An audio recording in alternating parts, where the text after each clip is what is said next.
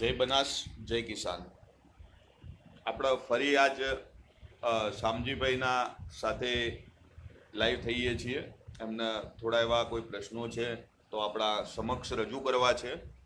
તો આપણે 2 મિનિટ માટે એમને સાંભળીએ અને ખરેખર એમને ન્યાય અપાવવા માટે જિલ્લાએ એક થઈ અડગ થઈ અને એમને ન્યાય અપાવવો જોઈએ.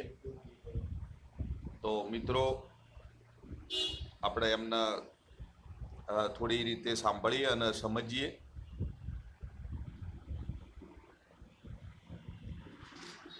તમારું નામ? નમસ્કાર, જય બનાસ જય કિસાન. મારું નામ જુવા સોમજીભાઈ કોંજીભાઈ, ગામ નાવિશના, તાલુકો વડગામ, જિલ્લો બનાસકાંઠા. હું પહેલો ઇન્ડિયન આર્મીમાં નોકરી કરતો હતો. આર્મીમાં નોકરી કરી રિટાયર્ડ થયો. ત્યાર પછી હું એશિયાની મહાન ડેરી બનાસ ડેરીની અંદર 1/8/2009થી બનાસ ડેરી પાલનપુરમાં હું નોકરી કરું છું. ત્યાર પછી છેલ્લા મને 8-9 વર્ષ થયો હું અહીંયા ત્યાં નોકરી કરું છું. 8-9 વર્ષથી નોકરી કરતો તો કોઈ પ્રોબ્લેમ નહોતો. ત્યાં નોકરી હું ઈમાનદારી, વફાદારી અને ઇજ્જતથી નોકરી કરી. બરાબર. અને અત્યારે આ સમયમાં હાલ મારા પર પ્રેશર છે. શ્રી ચેરમેન શ્રીના માણસોને હું ચેકિંગ ધ્યાનપૂર્વક કરું છું ત્યારે મારા પર પ્રેશર આવે, ધમકી આવે છે કે હું તમારું ટ્રાન્સફર કરી દઉં. આ એક સમય છે કે 23/6/2000 રોજના સવારે 8:31થી લઈ અને 11:05 વાગે શંકરભાઈ ચૌધરીના એમનો માણસ વિશાલભાઈ ચૌધરી એ બહાર ગયેલા હતા. કોરોડભાઈ સાહેબ હતા, એ બહાર ગયેલા હતા. અને એમને આ સમયે કીધો તો એના પછી મારા પર સોદના 3:30 વાગે ધમકી આવી. પછી મને કોરોડભાઈને બોલાવ્યો. એમડી સાહેબ કને લઈ જાય, શ્રી બનાસ ડેરીના એમડી શ્રી કોમરાજભાઈ ચૌધરી. એમને મને એટલે સુધી કીધું કે ભાઈ તમારે નોકરીની જરૂર નથી, તમે પોલિટિકલમાં જતા રહો. એમ કરી અને મને અઠવાડિયે 10 દાડો પછી 7/7/2018ના રોજ સોદના સિક્યુરિટી ઇન્ચાર્જશ્રીને મને જવાબ આવ્યો કે માનસિંહભાઈ સાહેબને તમને કીધું છે કે તમારી બદલી થઈ છે, તો તમે હાજર થઈ જાઓ. તો ડેરીનો વહીવટ કરે છે ડેરીનો કોણ? વહીવટ ટોટલી માનસિંહભાઈ કરે છે અને માનસિંહભાઈ કે એમ હેડર છે. એટલે માનસીભાઈ રહ્યા એમને શું હોદ્દો આપેલો હોય ડેરીમાં? ઇન્ચાર્જ બનાવ્યા. શંકરભાઈ તો છેલ્લા 15-20 દાડે આવી એટલે બધું ટોટલી એ જ ચલાવી છે. એ જ ચલાવે. હા. શું તમને ડાઉટ છે ડેરીમાં કોઈ નવા જૂનું થતું મને હોય? કેટલાય માણસો, કેટલાય કર્મચારીઓમાં હેરાન છે. કોઈ બોલવાની તાકાત નહીં. જે બોલે એનું સીધું ટ્રાન્સફર થાય છે, એની પોસ્ટિંગ થાય છે. બરાબર. એમને મન ફાવે એમ બધું વહીવટ કરે. ક્વેશ્ચન. અને એમના માણસો જેમ જોઈ, બહાર જોઈ, અંદર આવી, એને કોઈ પૂછે નહીં, એને કોઈ વાંધો નહીં.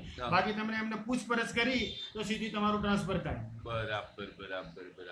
તો તમે શું જિલ્લાના પશુપાલકો અને જિલ્લાના નાગરિકો પાસે શું અપેક્ષા રાખો છો? હું તો એ જ કે દેશની રક્ષા કરી. હું આર્મીમાંથી રિટાયર્ડ છું અને હોય ઈમાનદારી, વફાદારી અને ઇજ્જતથી નોકરી કરવા બનાસ ડેરીમાં આવ્યો હતો.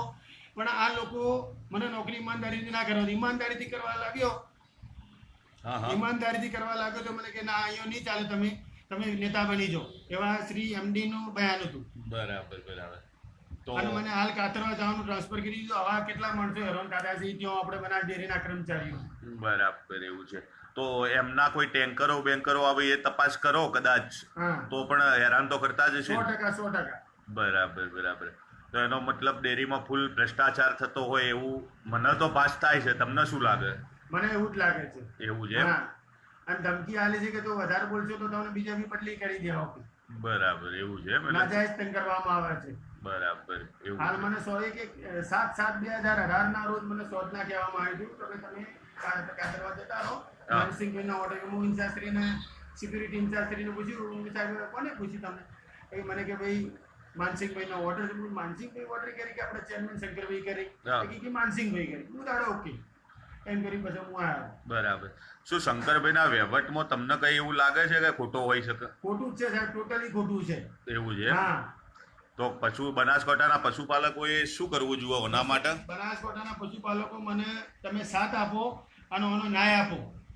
દેશની રક્ષા કરી હું એક સૈનિક આવેલો, મારા આજે આવો વ્યવહાર થાય છે તો બીજા કર્મચારીઓ હજી કેટલો સાથે એવો વ્યવહાર થતો હોય છે. બિલકુલ. ના, તમે ખરેખર નીડર છો. તમને બનાસકાંઠા જિલ્લાના પશુપાલકો ન્યાય અપાવશે અને ભગવાન પણ તમારી સાથે જ છે. તમે ચિંતા ના કરો. બધું સારું જ થશે. તમે બીજું કંઈ કહેવા માંગતા હોય તો કહી શકો છો. આપણું ફેસબુક લાઈવ ચાલુ જ છે. બનાસકાંઠા વાસીઓને મારી નમ્ર વિનંતી કે મને આનો ન્યાય આપો. બરાબર. મને આ હેરાન કરે છે. આમ કોઈ ખોટી રીતિ હોય તો સીસીટીવી કેમેરામાં ખોલાય અને તમે જુઓ આપણે ખોટી રીતે દંડના ભાગીદાર છીએ. બરાબર. સાચી વાત છે. ખોટું હોય તો સજા આપો ને કયો ના આપણે સજા આપો. અને કોઈ ખોટું ચલાવતા નથી. કોકડી ની હોય તો ફટ દઈને કોઈ સાચું કે તો એને ફટ દે કે ભાઈ તમારો ટ્રાન્સફર થઈ જશે. અમે આર્મીમાં છો એટલે કોઈની ગુલામી કરવાની આદત. ગુલામી કરતા નહીં. ઘેર રહીને એક દોર રાખીને જીવન ગાળો કરશે, બાકી ગુલામી નહીં કરવાની. હમણાં એક સિક્યુરિટીનું ઇન્ટરવ્યુ પડ્યું હતું.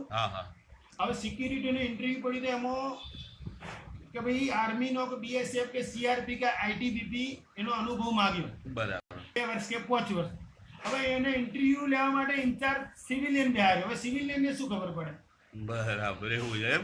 એના માટે પોઝી રસવો જુઓ ને. 100% વાત તો પછી સિવિલિયન ને બેહારે તો પછી જાહેરમાં શું કરવા બહાર પાડો? એ સિવિલિયન ને બેહારે, સિવિલિયન ને કોઈ ખબર પડતી નથી. બધી સગાવાત ચાલે. સગાવાત ને વોટની સેટિંગ ચાલુ એમ? વોટ માટેની સેટિંગો ચાલી રહી, બીજું કઈ નથી. આ તો એટલો મારા બનાસકાંઠા વાસીઓને નમ્ર વિનંતી કે મને આનો ન્યાય અપાવો. મારા ઉપર પ્રેશર છે. જય હિન્દ, જય જવાન, જય બનાસ. તો તમે બધાએ કદાચ સાંભળ્યું છે આ ફોજીભાઈની તકલીફ.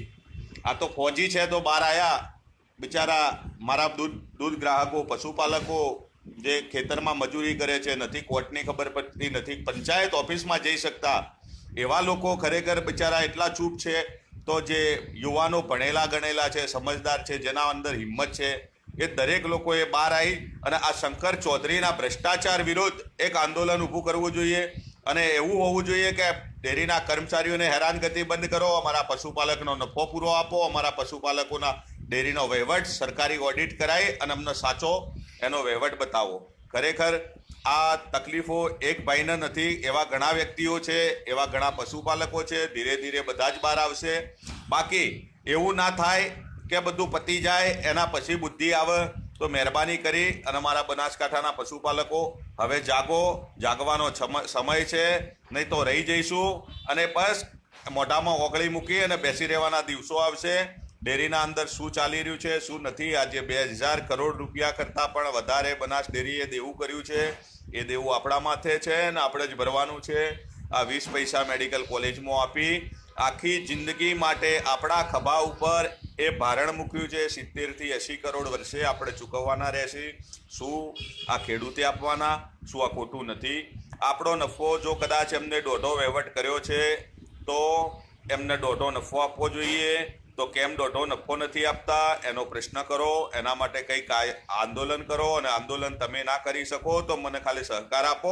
હું તમારા માટે લડવા માટે તૈયાર છું. બસ એટલી જ તમારા સામે અપેક્ષા રાખું છું કે ચૂપ ના રહો. બરોબર.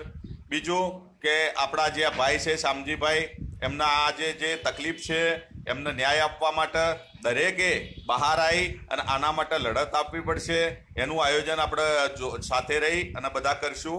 અને હું શામજીભાઈને પણ એક બનાસકાંઠાના પશુપાલકો વતી એમને વચન આપું છું કે તમને ન્યાય અપાવવા માટે અમારાથી જેટલું બનશે એટલું અમે કરશું.